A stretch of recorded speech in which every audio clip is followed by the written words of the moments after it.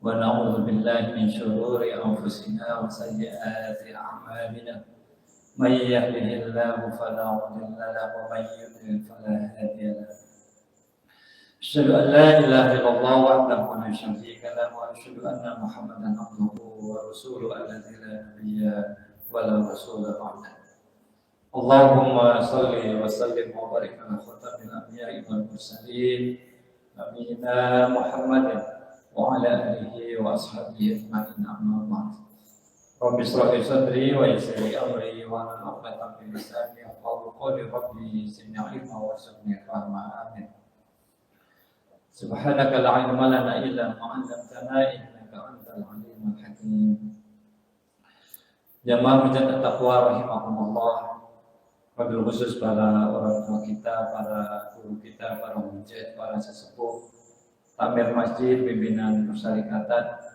tanpa menyebut nama tidak mengurangi dan saya mudah-mudahan kita senantiasa dalam perlindungan dari Allah Subhanahu wa taala.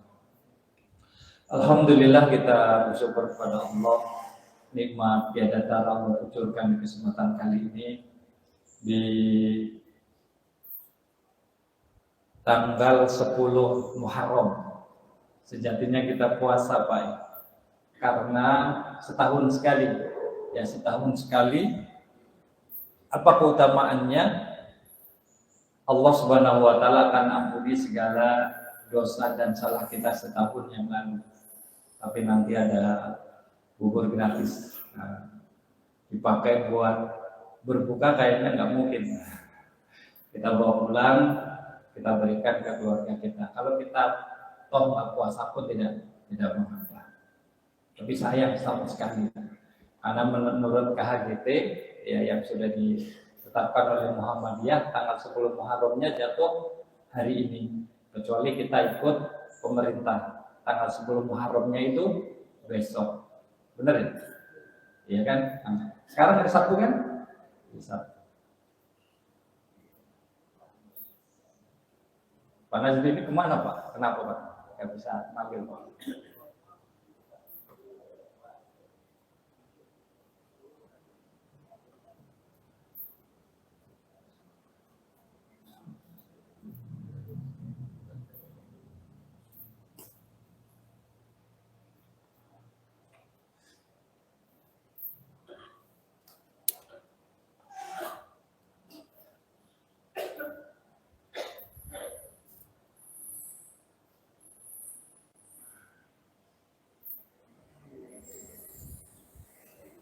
Oke, Bapak Ibu sekalian yang dirahmati oleh Allah Subhanahu wa taala, kita berada pada momentum Muharram.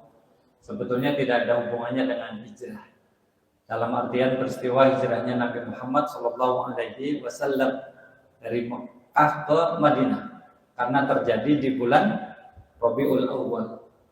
Tapi ini adalah spirit perubahan, spirit tajdid, spirit pembaharuan yang harus terus kita implementasikan dalam kehidupan sehari-hari tanpa batasan ruang dan waktu. Maka bagi mereka-mereka yang sudah mendapati hidayah Allah Subhanahu wa taala, apa yang harus dilakukannya? Ya terus berusaha untuk memperbaiki hidayahnya. Dalam artian jadidu imanakum. Karena ada orang-orang yang tidak mendapati hidayah sampai saat ini. Yang masih dalam kegelapan, masih melakukan hal-hal yang memang jauh dari norma-norma Islami. Maka ketika mereka mendapati hidayah, kemudian mereka berhijrah. Di satu sisi ini sesuatu yang menggembirakan, tetapi di sisi lain ada semacam dalam tanda kutip kesombongan.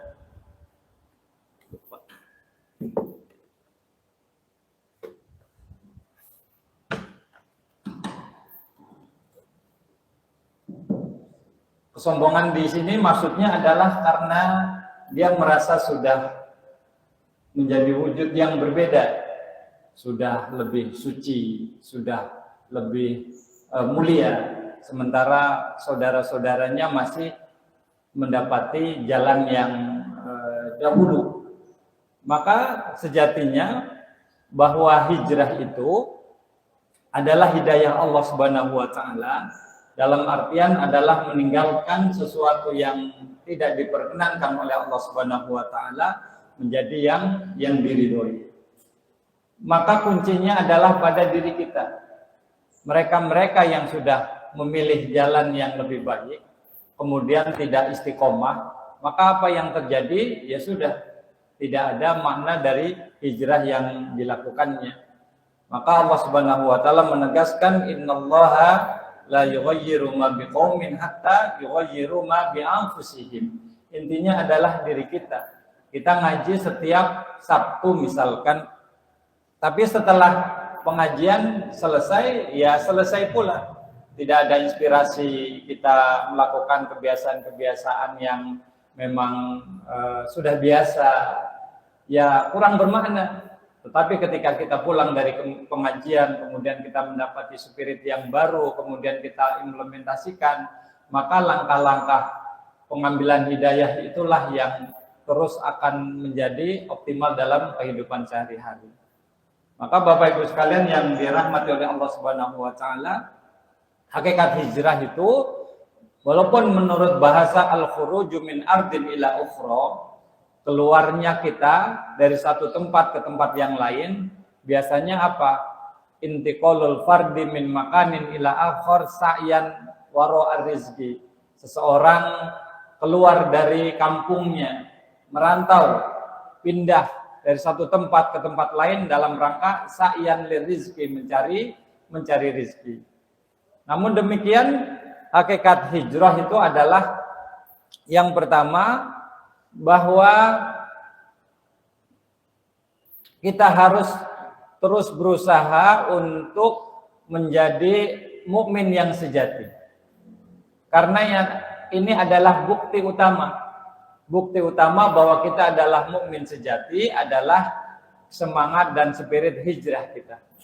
Maka Allah Subhanahu wa taala berfirman, walladzina amanu wa hajaru wa jahadu fi sabilillah walladzina awaw wa nasaru ulaika humul mu'minuna haqqan lahum maghfiratu wa rizqun karim.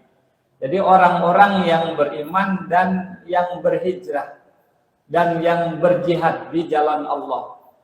Iman, hijrah, dan jihad itu menjadi idiom, Pak. Menjadi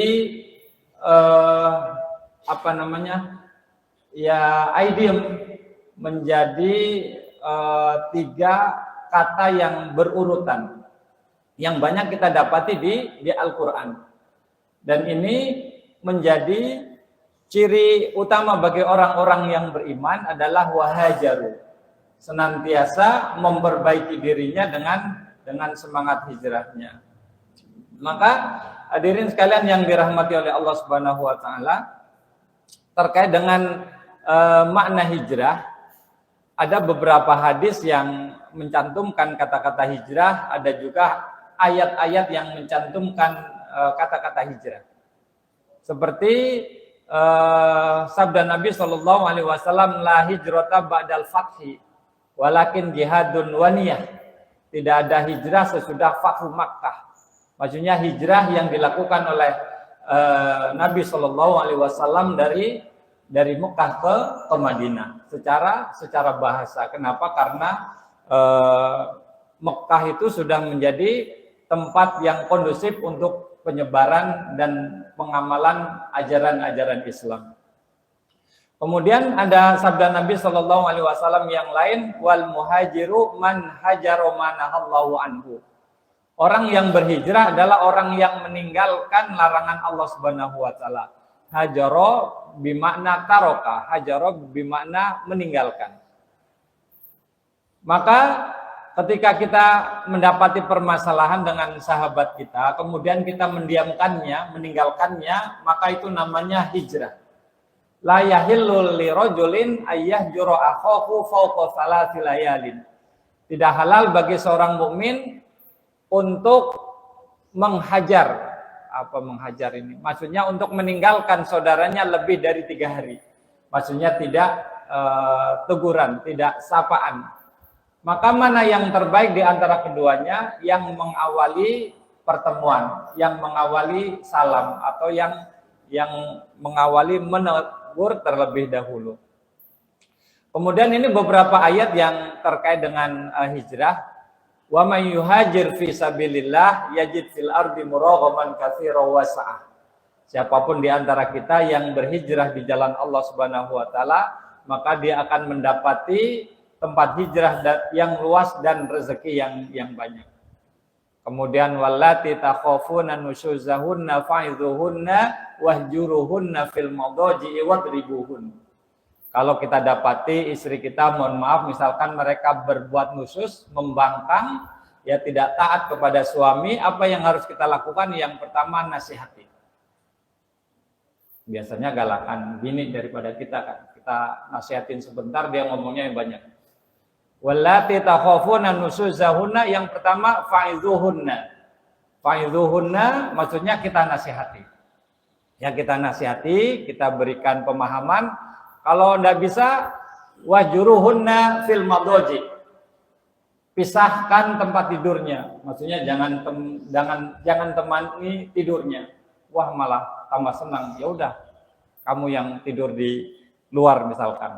Kemudian wadribuhunna, pukul. Lebih bahaya lagi Pak. KDRT katanya, kekerasan dalam rumah tangga. Nah makna wahjuruhunna di sini adalah tinggalkan atau pisahkan dari tempat tidurnya, maksudnya tidak menemani tidurnya. Kemudian terkait dengan hijrah dan bulan Muharram, maka apa yang harus kita lakukan? Yang pertama adalah memperkokoh akidah dengan menghindari syirik. Kenapa? Karena di Muharram ini banyak sekali praktek-praktek kesyirikan yang itu diatasnamakan agama, seperti larung sesaji hasil bumi. Banyak kita dapati kota-kota yang melakukan hal ini di bulan Di bulan Muharram. Kemudian ada kira kubobule di mana itu di Solo, itu pun dilakukan di bulan Muharram atau bulan Syuro. Kemudian mereka yang punya pusaka, punya peninggalan, punya jimat, itu mereka mandikan di mana di bulan Muharram. Maka Bapak Ibu sekalian yang dirahmati oleh Allah Subhanahu wa taala, penting bagi kita untuk memperkokoh akidah dengan cara apa? Menghindari kesyirikan. Sekecil apapun Pak, karena syirik itu merusak akidah. Kalau akidah kita benar, maka amaliyah kita benar. Namun kalau akidah kita tidak benar, maka amaliyah kita pun tidak benar. Maka kita harus memperbaiki dan memperkokoh akidah kita. Nah, Bapak Ibu sekalian yang dirahmati oleh Allah Subhanahu wa taala, tadi saya jelaskan dan sebutkan yang pertama terkait dengan hakikat hijrah adalah bahwa hijrah bukti sejati orang yang beriman. Ya kita harus terus berhijrah Pak. Mungkin secara hakiki, secara lugawi maksud saya, yakni berpindah dari satu ke tempat yang lain tidak. Kita sudah menetap di Beijing misalkan. Tetapi terkait dengan makna, maka itu sudah menjadi keharusan. Maka yang kedua yang harus kita pahami bahwa hijrah itu adalah sunnatullah. Maka kalau di antara kita ada yang tidak mau bergerak, berpindah, berubah, maka dia melawan kodrat Allah, melawan sunnatullah. Innalladzina tawaffahumul malaikatu zalimi anfusihim. Jadi mereka disebut dengan orang-orang yang zalim, yang mereka itu tidak mau berhijrah. Nabi SAW memerintahkan sahabat-sahabat untuk berhijrah, namun banyak yang tidak mau berhijrah. Sesungguhnya orang-orang yang dimatikan malaikat dalam keadaan menganiaya diri mereka sendiri. Kenapa disebut menganiaya diri mereka sendiri? Karena mereka tidak mau berhijrah. Mereka tidak mau turut kata Nabi SAW, yakni suruh berhijrah. Malaikat bertanya, qalu fima kuntum, dalam keadaan bagaimana kamu ini? Jadi kenapa mereka itu tidak mau berhijrah? Qalu kunna mustad'afina fil ard. Oh, kami ini orang yang lemah. Kami enggak punya duit, kami enggak punya modal, kami takut dan lain sebagainya. Qalu, malaikat berkata, alam takun ardullahi wasi'ah fatuhajiru fiha. Bukankah bumi Allah itu luas sehingga kamu dapat berhijrah di bumi itu. Faulaika ma'wahum jahannam wa sa'at masira.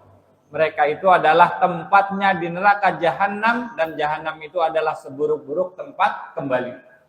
Jadi Bapak Ibu sekalian yang dirahmati oleh Allah Subhanahu wa taala, kalau kita nggak mau hijrah, dalam hal ini nggak mau berubah, nggak mau merubah diri kita menjadi lebih baik lagi, kita berada di tahun yang baru, sejatinya harus ada peningkatan taraf hidup kita, peningkatan kualitas ibadah kita, peningkatan kuantitas amal soleh kita, maka kita merugi.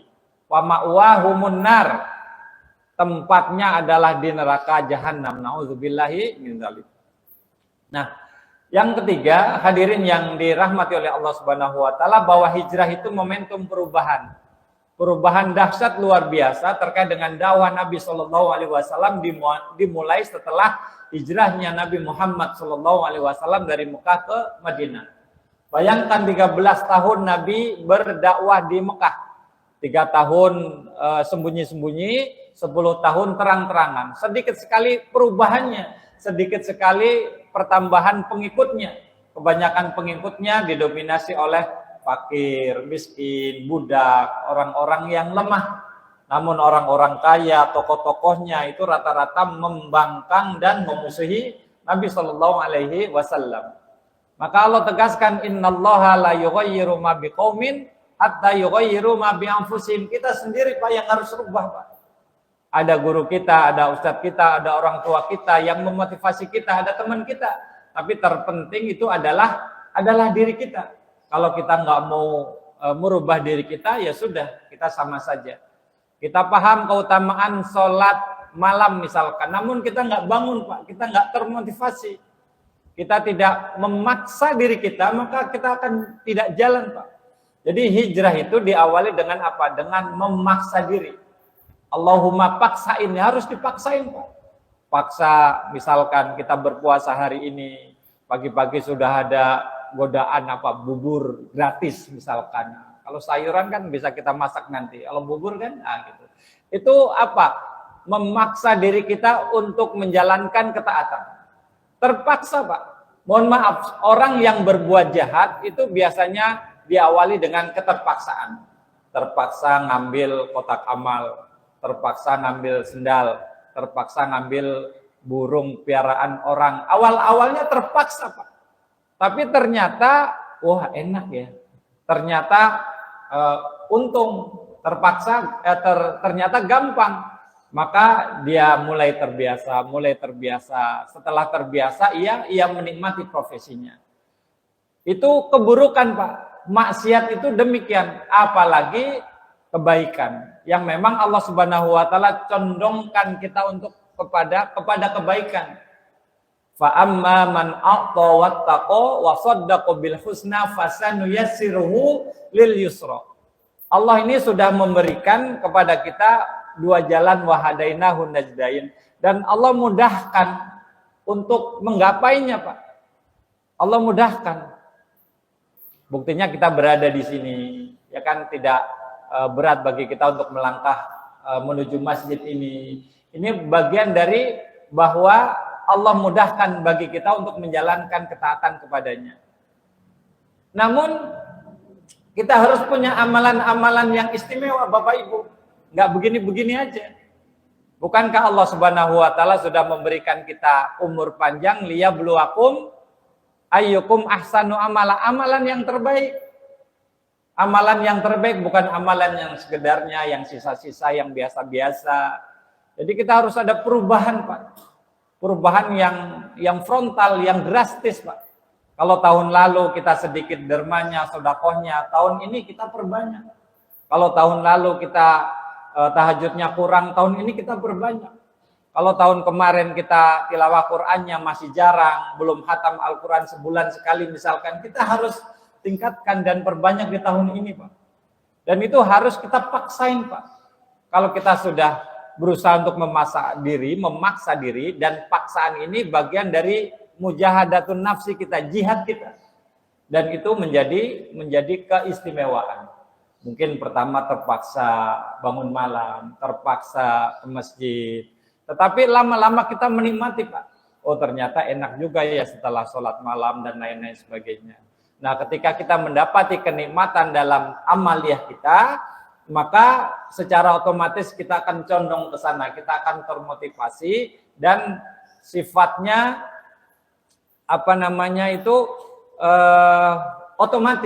automatically. Jadi kita nggak perlu misalkan menghidupkan alarm baik dari handphone atau dari jam misalkan. Karena apa? Karena kita punya alarm sendiri. Yang kenapa? Yang karena kebiasaan baik yang kita lakukan. Kalau laki-laki yang sehat, mohon maaf nih Pak, biasanya kan punya alarm biologis ya Pak ya. Ada yang bangun Pak sebelum yang lain itu bangun Pak. Itu berarti dia sehat. Kalau tidak bangun lagi berarti memang kurang sehat. Itu. Ya kan? Tinggal alternatifnya apa Pak? Kita tinggal ke kamar mandi, kemudian tidur lagi, atau bangun, kemudian kita sholat tahajud. Ya, atau ya kebetulan Pak Hab ini di samping tersingkap lagi kan, beda lagi. Tetapi ketika kita melakukan sesuatu hal yang dinilai baik, utamanya kita bangun untuk menggapai keridhaan Allah Subhanahu wa taala melalui tahajud, itu menjadi amalan yang paling utama. Bapak Ibu sekalian yang dirahmati oleh Allah Subhanahu wa taala, kemudian yang keempat, bahwa hakikat hijrah itu meninggalkan perbuatan dosa. Kalau kita mau lebih baik tahun ini Bapak, selain kebaikan yang kita optimalkan, keburukan harus kita tinggalkan sejauh-jauhnya. Karena efek buruk dari perbuatan dosa itu luar biasa. Bahwa hakikat hijrah itu adalah meninggalkan apa yang dilarang oleh Allah Subhanahu wa taala. Maka kalau kita melakukan maksiat, apa yang akan kita dapati? Yang pertama, menghalangi datangnya rezeki. Nabi SAW bersabda, innal abda la yuhramur rizqa bidzanbi yusibuhu. Jadi kalau kita merasa sulit mencari rezeki, merasa sulit memenuhi kebutuhan hidup kita, cari pekerjaan susah, nggak dapat dan lain sebagainya, coba introspeksi Pak. Mungkin kita selama ini jauh dari Allah Subhanahu wa taala, mungkin selama ini kita banyak zalim, mungkin selama ini kita banyak melakukan kemaksiatan. Karena kata Nabi, sungguh seorang hamba akan terhalang dari rezeki karena dosa yang diperbuatnya. Oh, tapi dia nggak sholat tapi lancar rezekinya. Dia nggak pernah sedekah tetapi lancar pekerjaannya. Dia banyak berbuat salah, berbuat dosa tetapi hidupnya makmur. Orang yang beriman itu apa yang didapatinya? Lahum maghfiratu wa rizqun karim. Memperoleh ampunan dan rezeki yang mulia. Jadi bukan rezeki dalam bentuk ketenaran harta benda semata, tetapi bagi orang yang beriman ada kemuliaan di situ. Rizqun karim, rezeki yang mulia. Rezeki yang mendekatkan kita kepada Allah, rezeki yang menjadikan kita gemar berbagi, rezeki yang menjadikan kita semakin rajin beribadah, rezeki yang menjadikan kita khusyuk dalam ibadah sholat kita. Kemudian yang kedua, efek dari dosa yang kita lakukan adalah bagaimana yang disebutkan oleh Ibnul Qayyim, bahwa khirmanul ilmi, di antara dampak jelek maksiat adalah ilmu sulit masuk. Kita ngaji Pak, mohon maaf ya, mungkin karena kita sudah sepuh gitu kan, kemudian gigi sudah tidak lengkap dan lain sebagainya, mengucapkan huruf-huruf hijaiyah itu repotnya mas ampun. Sekedar membuka mulut a i u ya, mas susahnya luar biasa. Ya, apa yang menjadikan itu dan sulitnya kita mendapati masuknya ilmu di diri kita bisa jadi karena apa? Karena kemaksiatan yang kita lakukan. Maka kalau kita baca ayat yang terpanjang di surat Al-Baqarah, ayat berapa Pak? 282. Di akhirnya itu wattaqullah wa yu'allimukumullah. Bertakwalah kamu kepada Allah, maka Allah akan mengajarkan kepadamu. Jadi wattaqullaha wa yu'allimukumullah. Kenapa? Karena hakikat ilmu itu milik Allah Subhanahu wa taala. Maka fa innal ilma nurun yaqdhifuhullahu fil qalbi wal ma'siyatu tudfi'u dzalikan nur. Bahwa ilmu adalah cahaya yang Allah masukkan ke dalam hati, sedangkan maksiat adalah pemadam cahaya tersebut. Kalau toh dia menguasai satu ilmu pengetahuan, bergelar profesor dan lain sebagainya, ilmu kedalaman pengetahuannya tidak mendatangkan kebaikan baik untuk dirinya, apalagi untuk orang lain. Ilmu yang manfaat, ilmu yang berkah, yang sebagai bagian dari cahaya Allah yang Allah hadirkan di hati kita, apa wujudnya? Satu saja kita pahami, itu menjadikan inspirasi, Pak. Satu saja ucapan orang lain kita dengarkan, masuk ke hati sanubari kita, itu bisa merubah diri kita. Maka kata Allah Subhanahu wa taala, yu'til hikmata may yasha wa may yu'tal hikmata faqad utiya khairan katsira. Itulah hakikat hikmah itu di situ, Pak. Kekayaan utama, aset utama yang dimiliki oleh pribadi yang menjadikan dirinya menjadi lebih baik lagi dan bisa menginspirasi orang banyak. Dia biasa aja, Pak, tapi omongannya didengar. Dia bukan orang terpandang, Pak, tetapi dihargai, dihormati, disegani. Kehadirannya diharapkan, ketidakhadirannya ditanyakan. Itu, Pak, kenapa? Karena ada hikmahnya. Hikmah yang dimilikinya karena apa? Karena ilmu yang didapatinya. Yang ilmu ini merupakan cahaya Allah Subhanahu wa taala. Kemudian yang selanjutnya, bahwa maksiat membuat semua urusan dipersulit. Jadi kalau kita banyak sulit nih, Pak, tahun lalu, banyak sakit, banyak musibah, banyak hal-hal yang tidak kita harapkan, maka kita introspeksi diri, Pak. Ya bisa jadi kita banyak maksiatnya pada Allah Subhanahu wa taala. Kita tahu nih ini kebaikan tapi kita nggak lakukan, itu kan bagian dari maksiat, Pak. Kita tahu ini sesuatu kemaslahatan tapi kita nggak lakukan, itu bagian dari keburukan.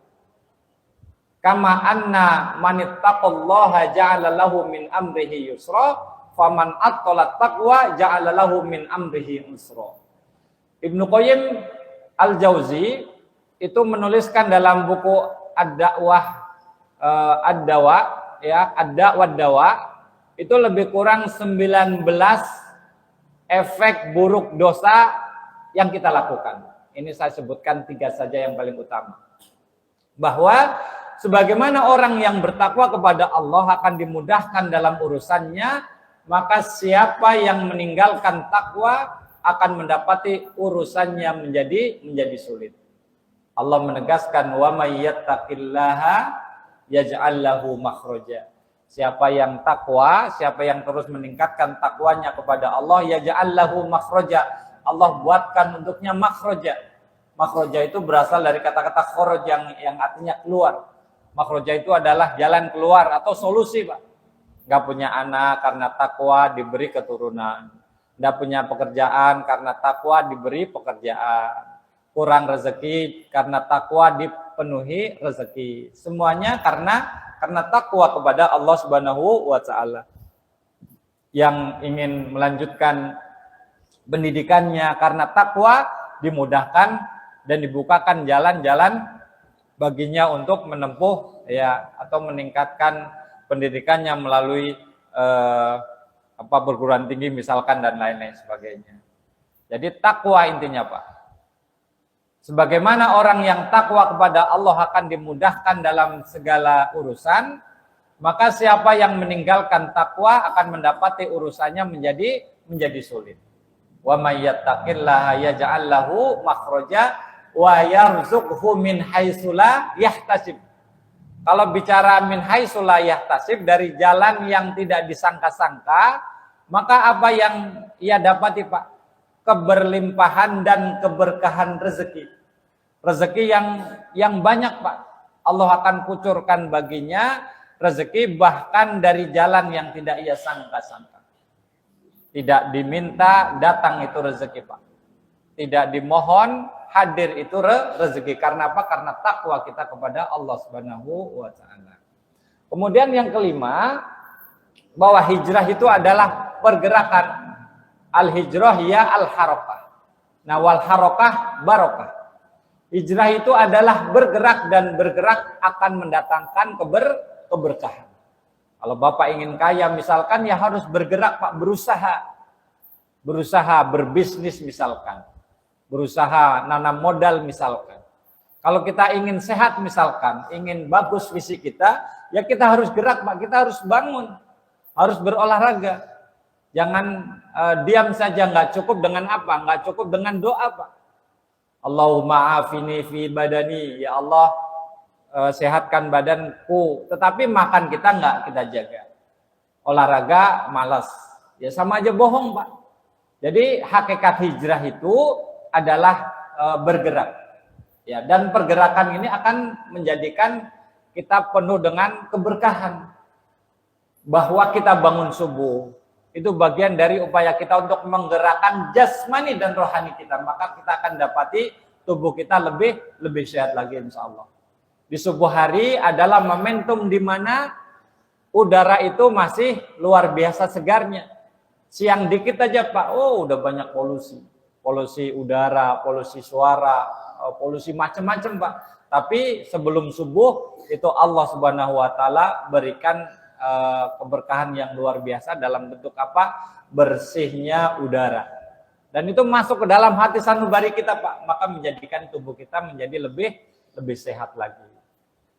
Fa idza qudiyatis sholatu fantashiru fil ardi wabtaghu min fadlillah wadhkurullaha katsiran la'allakum ya tuflihun. Siapa yang pulang dari masjid habis Jumatan itu ngopi, nongkrong, santai, atau bahkan tidur siang Pak. Ayatnya nggak demikian Pak. Ayatnya setelah kita sholat Jumat, fantashiru fil ard, bergerak lagi, beraktivitas lagi.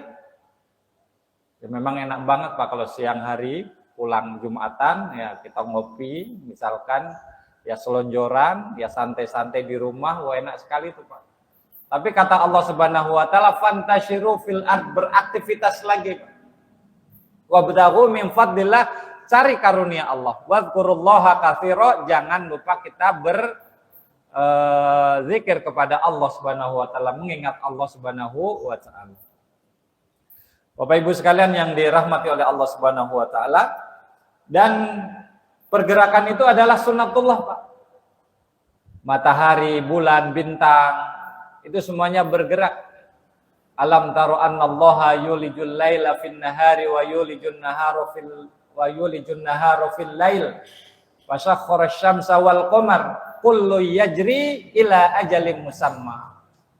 Kullu yajri ila ajalin musamma wa annallaha bima ta'maluna khabir. Tidakkah kamu memperhatikan bahwa Allah yang memasukkan malam ke dalam siang dan memasukkan siang ke dalam malam, dan dia tundukkan matahari dan bulan masing-masing, kullu yajri ila ajalin musamma, berjalan sampai waktu yang ditentukan. Wa tasrifir riyahi was sahabil musakhkhari bainas sama'i wal ard la ayatin liqaumi yaqilun. Jadi pergerakan itu adalah sunnatullah Pak. Awan itu senantiasa bergerak, ya.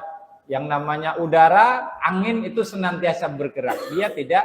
Dia tidak apa istilahnya diam, tidak statis, tapi dinamis. Tata surya kita misalkan, kita dapati pergerakan yang dinamis, pergerakan yang luar biasa. Maka ketika kita enggan bergerak, ya hakikatnya kita menuju kepada kematian. Mereka yang sakit di rumah sakit, kemudian treatment dokter sakit stroke misalkan, ngangkat tangan, ya kan Pak, angkat tangan ke kanan, tangan kiri, lihat ke kanan, lihat ke kiri.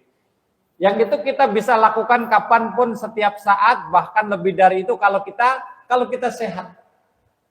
Jadi bergerak itu penting Pak. Sementara kita lebih memilih dalam tanda kutip untuk mati. Karena apa? Karena kita nggak mau aktivitas, tapi aktivitas yang positif, aktivitas yang penting. Gunung saja yang menurut kita diam itu bergerak, Pak. Wa tarul jibala tahsabuha jamidah wa hiya tamurru marras sahab. Gunung yang menurut kita diam, tidak bergerak, itu bergerak, Pak. Dan kamu lihat gunung-gunung itu, kamu sangka dia tetap di tempatnya, padahal ia berjalan sebagaimana jalannya awan. Gunung, Pak, yang menurut kita diam, ternyata bergerak. Pergerakan ombak di lautan misalkan, gelombang lautan itu nggak ada henti-hentinya, Pak. Terus menerus bergerak. Api misalkan itu bergerak, bergejolak, menandakan bahwa ia mengikuti sunnatullah. Ciptaan-ciptaan Allah Subhanahu wa taala itu ikut sunnatullah semua, Pak. Jantung kita itu terus bergerak. Itu bagian dari sunnatullah. Nggak kebayang, Pak, kalau jantung kita berhenti sesaat. Ya kan?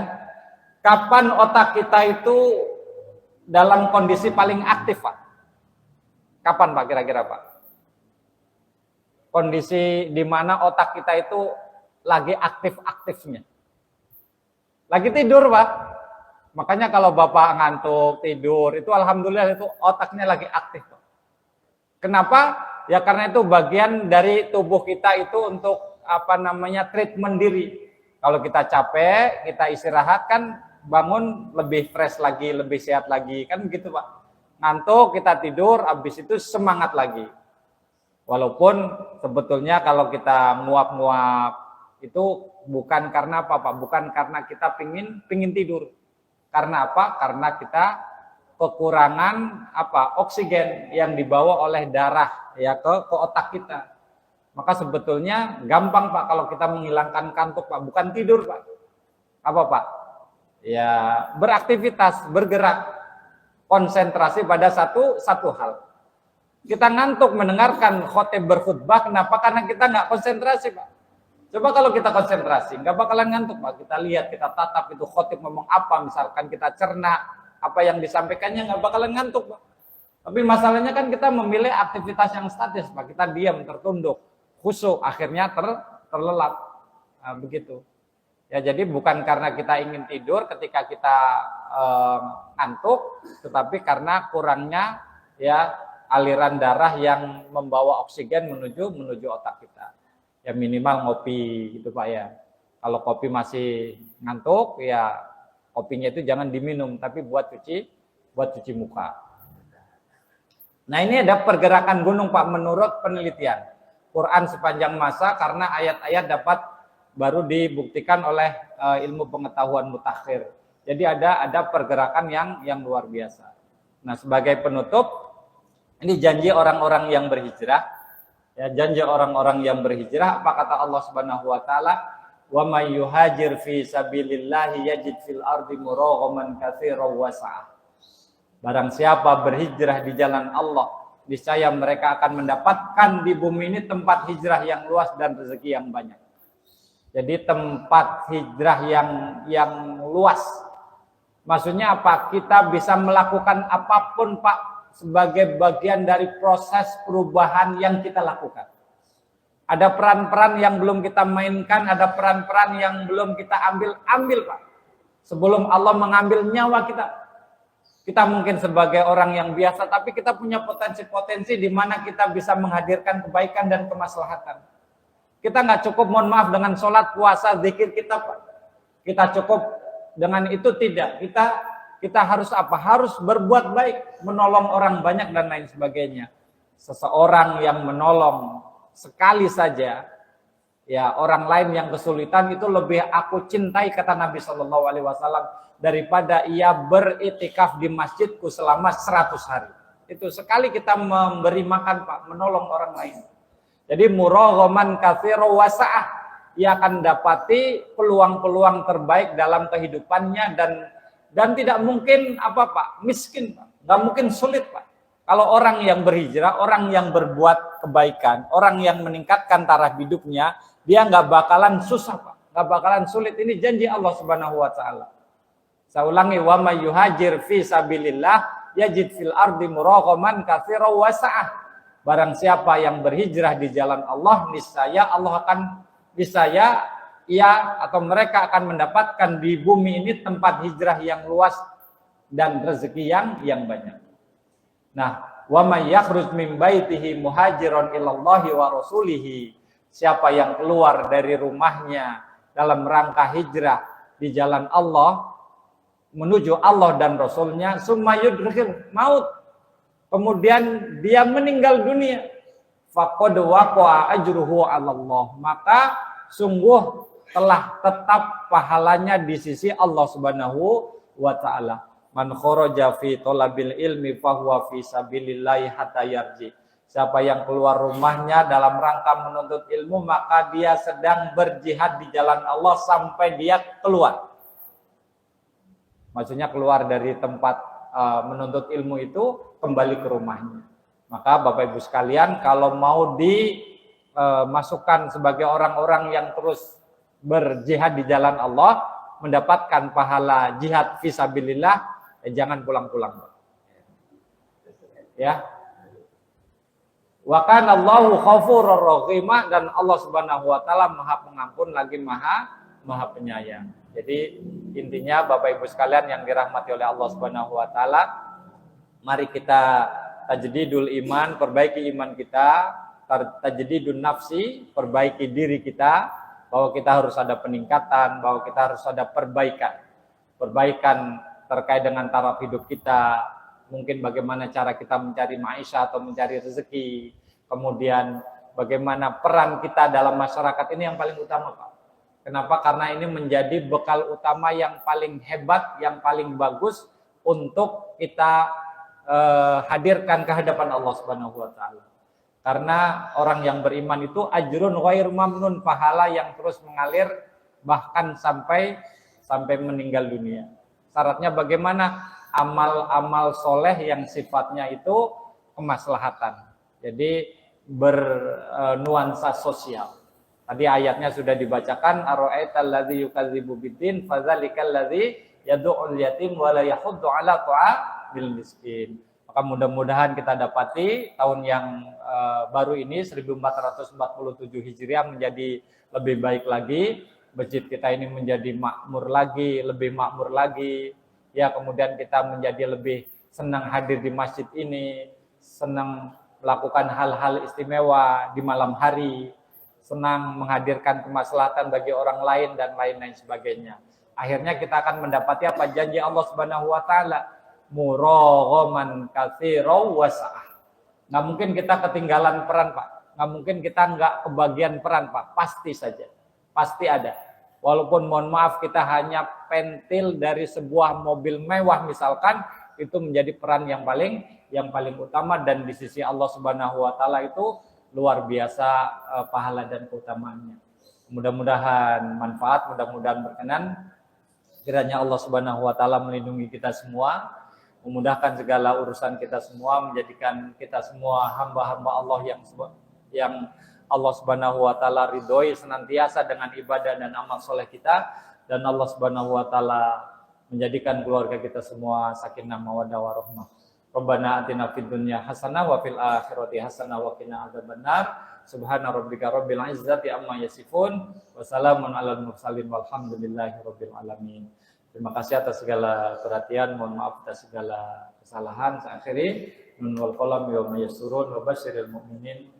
Wassalamualaikum warahmatullahi wabarakatuh.